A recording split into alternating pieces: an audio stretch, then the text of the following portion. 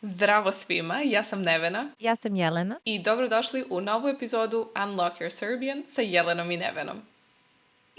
Dobrodošli u novu epizodu našeg podcasta. Hvala vam što ste sa nama i ove nedelje. I danas ponovo razgovaramo o jednoj zanimljivoj temi, a to su putovanja.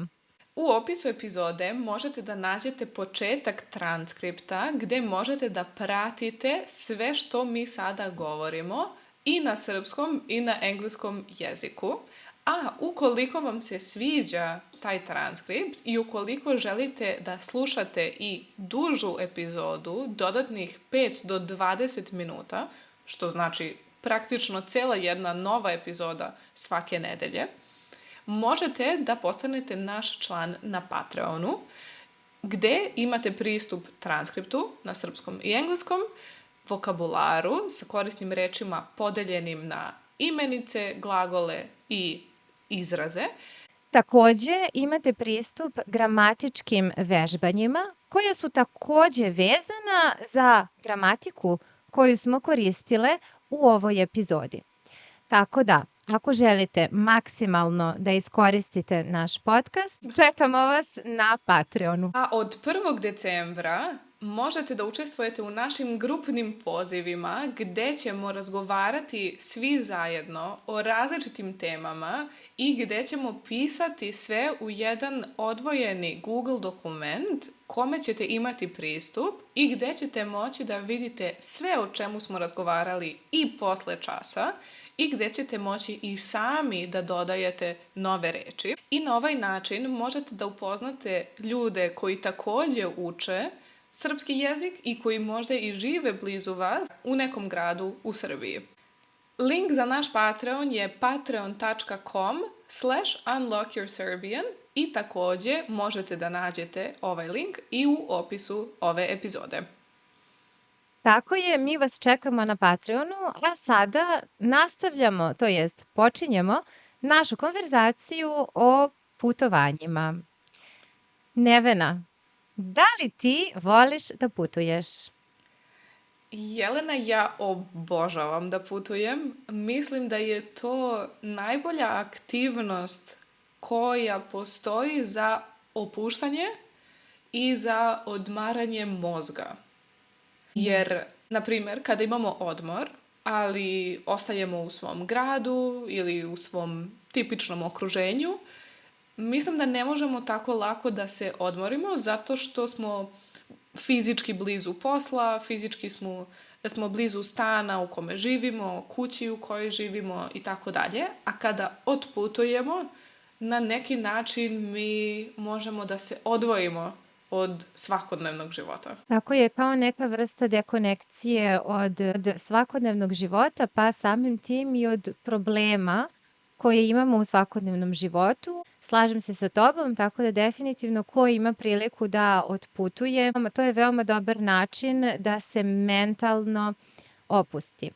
I kada govorimo o putovanjima, da li ti, Nevena, više voliš da putuješ u neki veliki grad, neku metropolu ili možda u prirodu? To je uvek pitanje, zar ne? Dakle, kada odlučujemo gde ćemo da putujemo, uvek, makar ja, razmišljam, da li želim da otkrijem možda kulturu nekog grada, istoriju nekog grada ili želim da odem daleko od te gradske vreve, dakle od ludila jednog grada, od gužve, od buke i tako dalje, u prirodu, gde oči mogu da gledaju u zelenilo ili gde su daleko od nekog ekrana i tako dalje.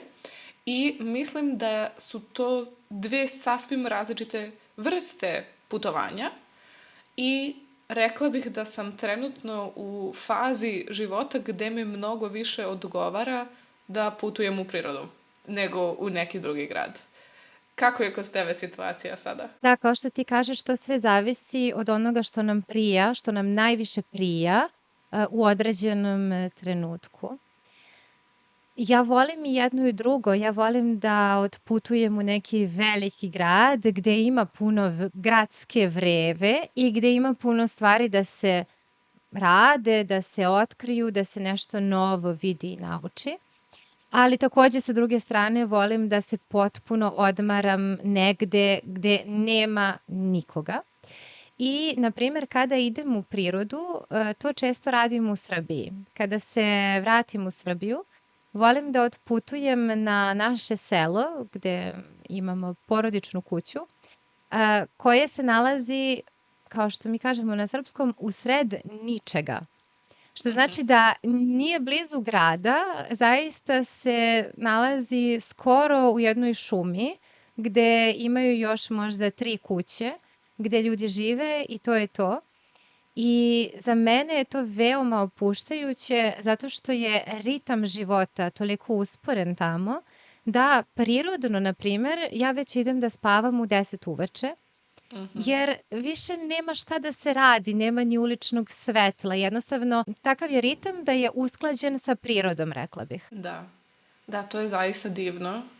I na taj način nekako možemo sasvim da se izdvojimo iz neke stvarnosti u kojoj se nalazimo sada, gde smo sve vreme okruženi tehnologijom, okruženi smo bukom, okruženi smo betonom takođe. Dakle, u gradu, makar u gradu gde sam ja sada, nema mnogo prirode, nema mnogo parkova i tako dalje. Dok recimo u Beogradu, gde sam ja odrasla, sam bila uvek jako blizu Ade Ciganlije, bila sam jako blizu Košutnjaka, dakle šume koje se nalazi malo dalje od centra Beograda. Velika preporuka za sve koji su sada u Beogradu ili koji planiraju da putuju u Beograd. I verujem da je to nešto što je uticalo na mene i na moju percepciju, dakle na moje shvatanje odmora. Jer mislim da ja ne mogu da se opustim i da se odmorim ako se nalazim u nekom gradu. Mogu da istražujem, mogu da obilazim muzeje, mogu da, ne znam, šetam i tako dalje, ali nije to taj psihički odmor, rekla bih. Tako je, ja takođe mislim da ne možemo da dobijemo taj psihički odmor u gradu, naročito u velikim metropolama, kao u prirodi. I danas razgovaramo o mestima koje smo i Nevena i ja posetile u Srbiji. Za nas je ovo možda specifično zato što mislim da ni Nevena ni ja nismo toliko putovale po Srbiji, ali definitivno jesmo posetile neka mesta interesantna i o tome ćemo danas da pričamo. Nevena, da li hoćeš ti da počneš i da nam kažeš koje je to mesto u Srbiji koje si posetila i koje je na tebe ostavilo najveći utisak? O ovome smo razgovarali pre nego što smo počele sa snimanjem epizode, a to je moja obsesija tvrđavama i dvorcima. Dakle, tvrđave su velike kamene građevine iz srednjeg veka, dakle, od pre mnogo, mnogo godina, koje su bile tu kao zaštita država ili zaštita važnih pozicija u vreme kraljevina i tako dalje. I mi ih u Srbiji nemamo mnogo, ali postoje. Ima dosta njih koje možemo da obiđemo. Nisu sve u jako dobrom stanju, ali naravno najpoznatija tvrđava je Kalemegdan, koju verujem da svi koji su bili u Beogradu su imali priliku da obiđu. I za mene je Kalemegdan jedno divno mesto i zbog toga sam želela da obiđem i druga slična mesta koja postoje u Srbiji. I zbog toga sam naravno morala da obiđem drugu najpoznatiju tvrđavu u Srbiji, a to je tvrđava Golubac. I takođe sam imala i sreće jer kada putujete od Beograda do Golubca, vi u principu idete uz Dunav. Jel tako? Dakle, vi prolazite, idete jednim putem koji je paralelan sa Dunavom i na taj način prolazite i pored još jedne tvrđave. Jelena me gleda i ne zna zašto sam ja ovoliko oduševljena. Ne znam, zaista. Da, ja ne znam, ali da, dakle, volim fantastiku, volim sve što ima veze sa dvorcima i tvrđavama, tako da sigurna sam da ima još vas koji volite nešto slično i ovo je dobra preporuka za vas. Dakle, postoji još jedna tvrđava pre Golubca koja je manja i zove se Ram tvrđava. I ona se nalazi na samom Dunavu, isto kao i Golubac, ali na jednom širem delu. I kada se popnete gore, i srećom renovirana je ta tvrđava, tako da je sada u mnogo boljem stanju, imate tako divan pogled na Dunav koji se prostire i deluje kao more, zato što se gotovo ne vidi suprotna obala. I to je nešto što se meni mnogo svidelo i mislim da je taj izlet iz Beograda, može u jednom danu, može naravno u 2 dana, mislim da je to bilo jedno od najlepših putovanja koje sam imala u okviru same Srbije. To je divno, Nevena, i kod tebe se čuje taj entuzijazam koji imaš za tvrđave. To mogu da vidim. Ja lično nisam toliki entuzijasta što se tiče tvrđava, ali sada sam pomislila zapravo na jednu interesantnu stvar što se tiče tih bedema ili tvrđava. Kada sam posetila jedan manastir u Srbiji, ali mislim da je to slučaj za većinu manastira, ja sam bila u manastiru Manasija i oko manastira Manasija se nalazi velika tvrđava koja je služila zapravo za zaštitu tog manastira, a i sam manastir se nalazi na planini, dakle u brdu. Sada postoji put da se lakše dođe do njega, ali naravno to u vreme kada je izgrađen manastir nije postojalo. Tako da za mene je bilo interesantno da vidim celu konstrukciju tog manastira koji je zapravo ograđen takođe jednom tvrđavom koja ga štiti. Tako da eto, Nevena, ako želiš da vidiš još više tvrđava po Srbiji, poseti neki manastir i vidjet ćeš ih jako puno. Naravno, obilazila sam i ja. Nisam sigurna tačno koje sve manastire sam imala priliku da obiđem, jer sam ih uglavnom obilazila u okviru školskih izleta. U osnovnoj i u srednjoj školi u Srbiji imamo izlete koji nas vode po Srbiji i u okviru kojih obilazimo i manastire, i gradove, i planine i tako dalje.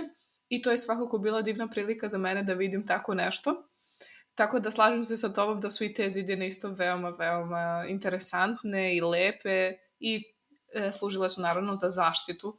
Tako da je to takođe veoma lepo. A Jelena, šta bi ti rekla, koji je bio možda tvoj omiljeni put u okviru Srbije i šta si imala priliku da vidiš? U okviru Srbije sam prošle godine išla na jednom putovanje. Kada sam se vratila u Srbiju, išla sam na planinu Rtanje.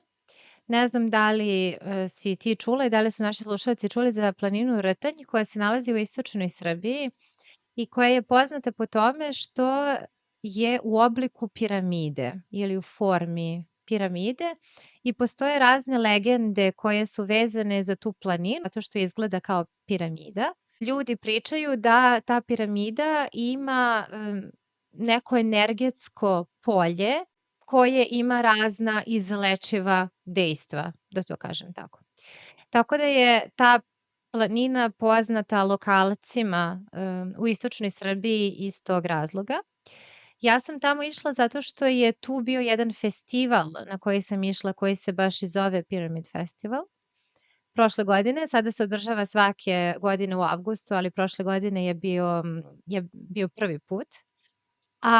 Dakle, u okviru tog festivala sam se onda takođe penjala na vrh planine Rtanj, što je takođe bilo veoma zanimljivo zato što sam, dakle, ja tamo bila u avgustu i u avgustu su temperature jako visoke u Srbiji i da bismo uopšte mogli da se popnemo na vrh te planine, trebalo je da krenemo veoma rano ujutro, pre nego što izađe sunce, jer ako krenemo u 8 ujutru, kad je sunce već izašlo, prevruće je, jednostavno ne možemo da izdržimo uspon. Tako da smo mi krenuli, ja mislim, oko 3 ujutru sa lampama na čelu. Prvo se prođe kroz šumu jednu, koju ja zapravo nisam dobro videla zato što je bila noć. I stigli smo na vrh, ja mislim, oko 7 ili 8 ujutru. Sunce je već bilo izašlo, ono je izlazilo oko 6 tada. I to je bilo jedno veoma lepo iskustvo i trajalo je jako dugo zato što je sam uspon trajao možda 5 sati, pa ni silazak nije bio lak zapravo, zato što je nizbrdo, tako da možda ajde 3,5 sata, 4 smo silazili, ali na mene to jeste ostavilo jako lep utisak i naravno pogled sa vrha planine Rtanj, ali samo iskustvo fizičkog napora dok se penjemo gore, je za mene bilo veoma lepo. Razmišljala sam o samom nazivu planine koje počinje sa slovom R i akcentovano je na slovu R. I dakle, planina se zove Rtanj. I ima i slovo nj na kraju i mislim da je ovo ime jako teško za izgovor i nije veoma prijatno ni za uho, kako kažemo, ali je svakako planina jako lepa, tako da vredi muke koja dolazi sa imenom. Da, vredi muke koje dolaze sa imenom. Ovoga se nisam setila, iskreno nisam imala priliku da sa nekim, na primer, učenikom ili strancem pričam o ovoj planini, pa da čujem kakav je izgovor i da li se ljudi zapravo muče sa izgovorom ove planine, naziva ove planine. Ali da, R i T zajedno, pa onda Rtanj. Ko ne zna dobro da kaže R srpskom, može da bude komplikovano definitivno, ali svaka preporuka zaista za ovu planinu koja je veoma očuvana od turizma i to je ono što mi se sviđa u Srbiji kada se radi o poseti mesta koja su okružena prirodom, je to što ona nisu veoma turistička. Kao što znamo, na primjer, u Evropi, ne znam, sada mislim na Švajcarsku, gde postoje jako velike planine i poznate skijališta i tako dalje, ali su one uglavnom prepuna turista, što ne znači da nisu očuvana, ali su takođe prepuna turista, što nije slučaj u Srbiji. Kada god sam posetila neka mesta, da li su to planine ili selo ili reke, često sam bila jedina osoba koja je došla u tom trenutku na to mesto i to je nešto što mi se veoma sviđa u Srbiji i nadam se da će zapravo to tako ostati. Da, to je svakako slučaj sa manje poznatim mestima, da tako kažemo, jer znamo da to nije situacija na jednoj od najpopularnijih planina poslednjih godina, što je Zlatibor. Htela sam da kažem Kopaonik, ali takođe Zlatibor, da. Da, dobro. Kopaonik je definitivno poznato skijalište već jako dugo. Nisam sigurna koliko, ali sigurno ima više decenija. I uvek je važilo za jedno prestižno, dakle, luksuzno mesto, uvek su cene bile jako visoke i tamo ima i dosta turista iz inostranstva. Dakle, nisu to samo Srbi koji idu na odmor, na zimovanje, kako to kažemo, nego su dolazili ljudi iz drugih zemalja Balkana i iz drugih evropskih zemalja, tako da je Kopaonik uvek bio na dobrom glasu. Dakle, ljudi su znali za njega i dolazili. Međutim, ono što viđamo poslednjih godina na Zlatiboru, koji je daleko manja, dakle daleko niža planina od Kopaonika, jeste da se mnogo gradi, ima mnogo novih hotela, novih kuća i tako dalje i sada to više nije taj moment gde možeš da odeš i da se izdvojiš iz gradske buke, nego si praktično opet u istoj gradskoj buci, samo na jednoj planini i čak ni vazduh više nije tako čist. I problem sa Zlatiborom je što je, hajde da kažemo, relativno blizu Beograda.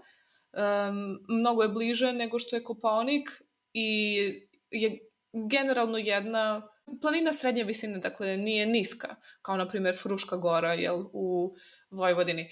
I to je zaista šteta, ali postoje i druge planine kao što je Rtanj ili kao što je, na primjer, Golija na jugu Srbije. I to je sledeće putovanje o kojem sam želela da pričam danas. Takođe, očuvana skroz. Dakle, kada sam išla pre to je bilo pre 5 godina, to je bilo u vreme korone. Ja ne mogu da verujem da je prošlo 5 godina. A tada se tek pravio put koji je vodio poprilično blizu vrha i generalno nije bilo ni zgrada, ni kuća, ni ničega, nego samo neka mala sela i mislim da su to najlepše planine u Srbiji, definitivno, kao što si rekla.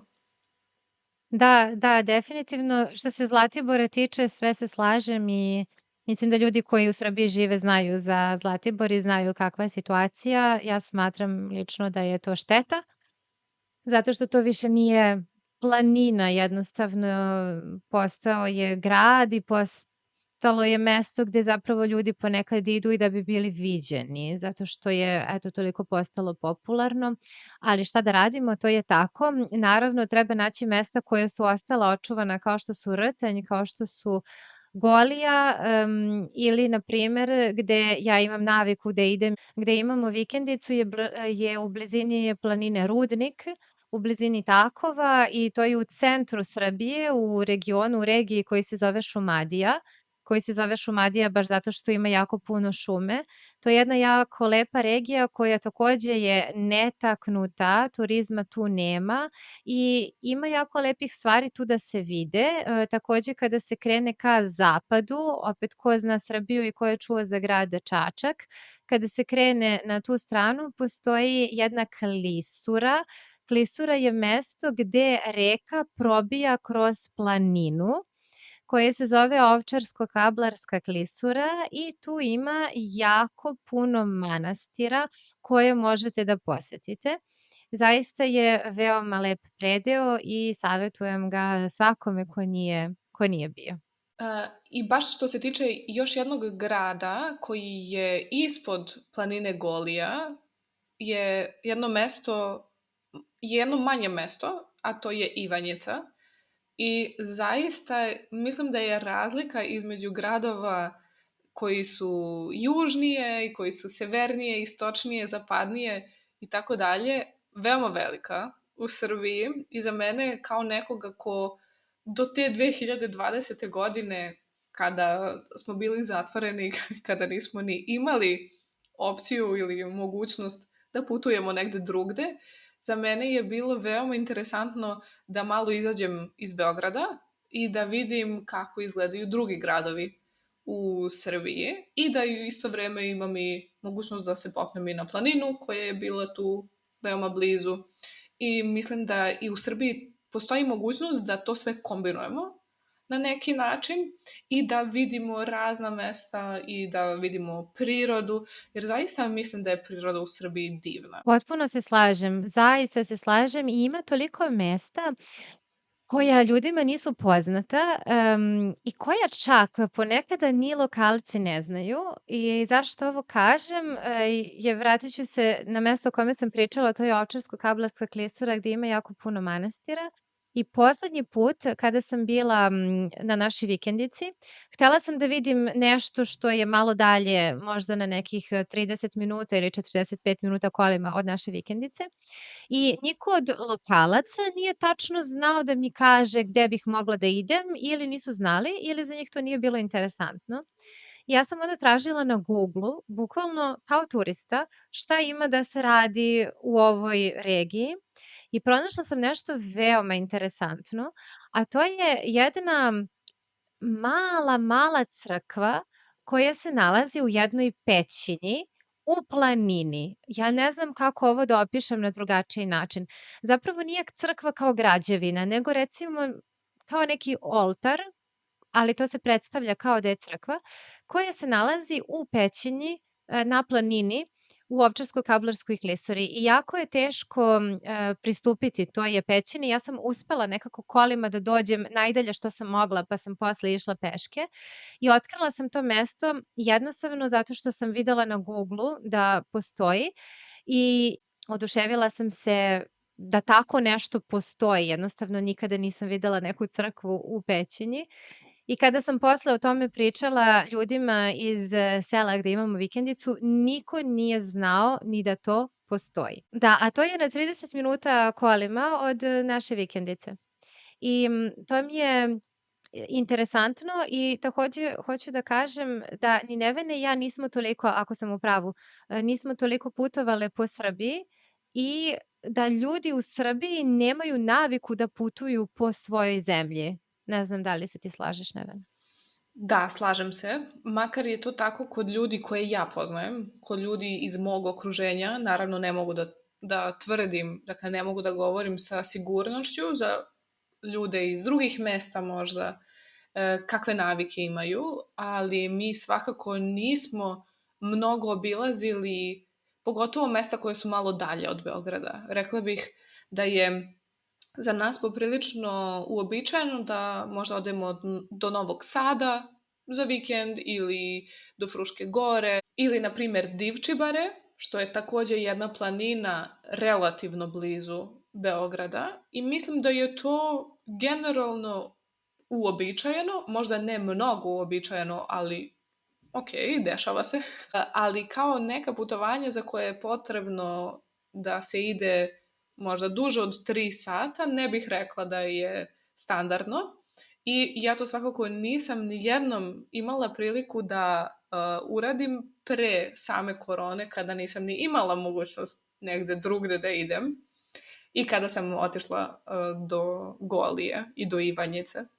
Ali da, mislim da je to zaista šteta, zato što u Srbiji postoji toliko lepih mesta, toliko lepih gradova, malih i sela i tako dalje, koje zaista vredi posetiti. Koji su tvoji omiljeni gradovi u Srbiji, Jelen? Ja da budem iskrena nisam obišla mnogo gradova u Srbiji, tako da ako kažem da imam jedan omiljeni grad, mislim da ne bi baš bilo objektivno, s obzirom da ih nisam puno videla. Mogu naravno da pričam jako puno o Beogradu, koji je grad u kome sam se rodila i gde sam živela do svoje 18. godine, koji takođe jako volim. Što se tiče drugih gradova koje sam videla, to je naravno Novi Sad, zato što nam je blizu, ali isto hoću da kažem i da sam u Novi Sad otišla ne zato što sam htela da posetim i da vidim taj grad kao takav, nego zato što sam poznavala nekoga ko je živeo tamo, pa sam onda posetila tu osobu, pa samim tim i grad. I mislim da tako generalno Srbi posećuju različita mesta u Srbiji zato što imaju ili porodicu ili prijatelj ili nekoga koga poseti na nekom mestu gde oni sami ne žive i onda kažu video sam to i to mesto u Srbiji, ali ne postoji taj turizam u samoj zemlji Srbiji, tako da kao što sam i rekla, eto, Novi Sad sam videla, Beograd, Gornji Milanovac, zato što je to najveći grad blizu mesta gde imamo vikendicu, koji je takođe jedan jako simpatičan grad, mali, ali ja ga zapravo baš volim.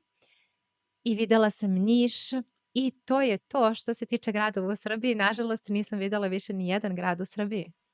Razumem, nisam ni ja obišla mnogo gradova, što je veoma tužno kada razmislim o tome, jer Srbija generalno je mala država.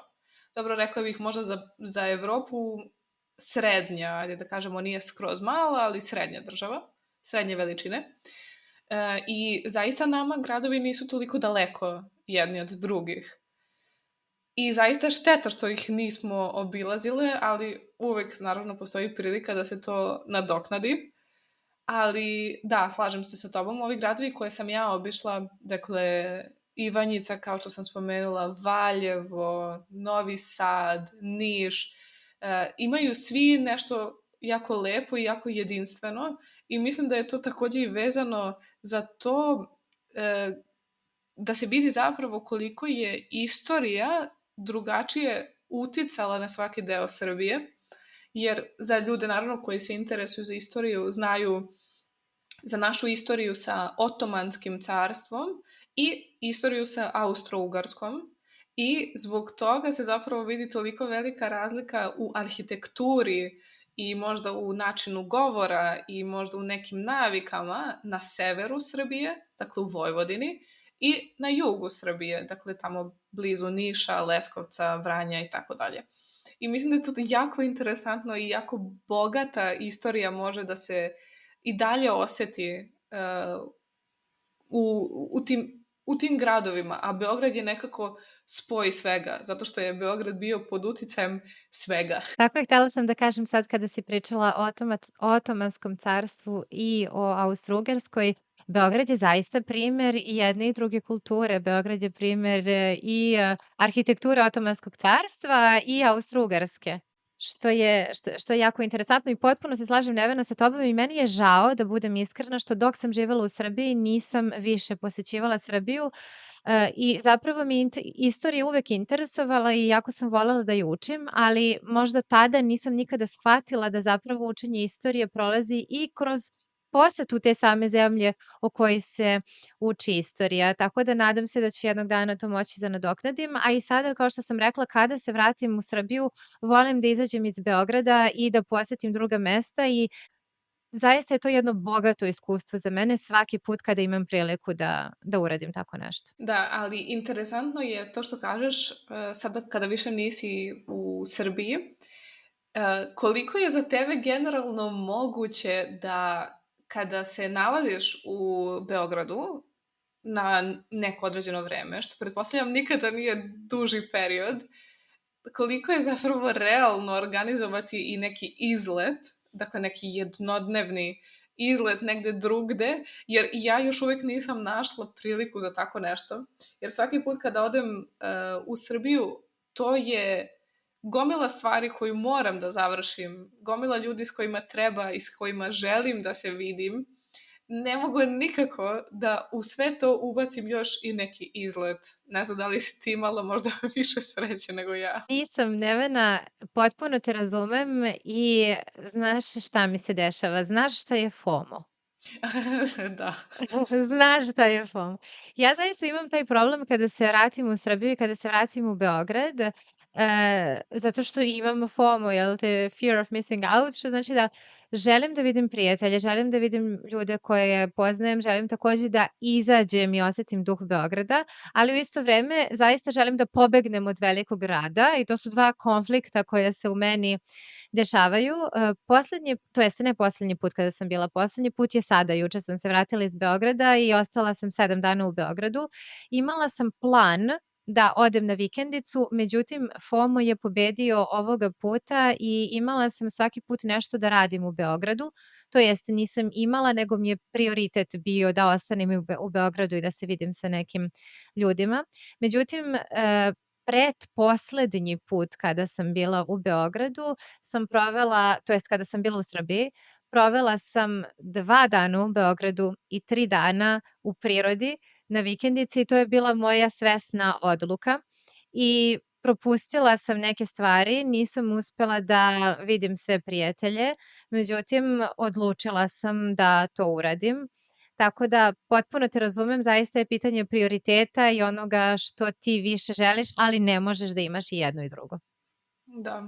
A ako ne želite da čekate 1. decembar, kada počinjemo sa našim grupnim pozivima na Patreonu, Jelene i ja sada imamo mesta za nove učenike srpskog jezika na individualnom nivou. Tako je, primamo trenutno nove učenike i Nevena i ja i ako želite da učite srpski, mi možemo da budemo vaši profesori. Možete da idete na naš sajt unlockyourserbian.com gde ćete naći naše e-mail adrese na koje možete da nas kontaktirate, da rezervišete vaš prvi besplatni poziv koji služi da se upoznamo i takođe da napravimo metodu rada i individualni plan za svakog učenika i svaku osobu koja nam se javi. Tako je. Na našem sajtu postoje linkovi na koje možete da kliknete i da nam pošaljete mail gde možete da nam kažete kada vam odgovara da zakažemo prvi besplatni poziv. I posle poziva, kada se upoznamo i kada saznamo vaše ciljeve, mi možemo da napravimo individualni plan učenja posebno za vas.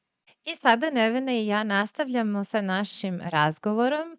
Ako želite da ga čujete, možete da postanete član na našem Patreonu, gde imate pristup bonus epizodama, kao što je ova, kao i transkriptu, vokabularu i vežbanjima, kao što smo već spomenule na početku ove epizode. A mi se svakako čujemo sledeće nedelje u nekoj novoj epizodi. Ćao, ćao! Tako je, čujemo se sledeće nedelje. Ćao svima!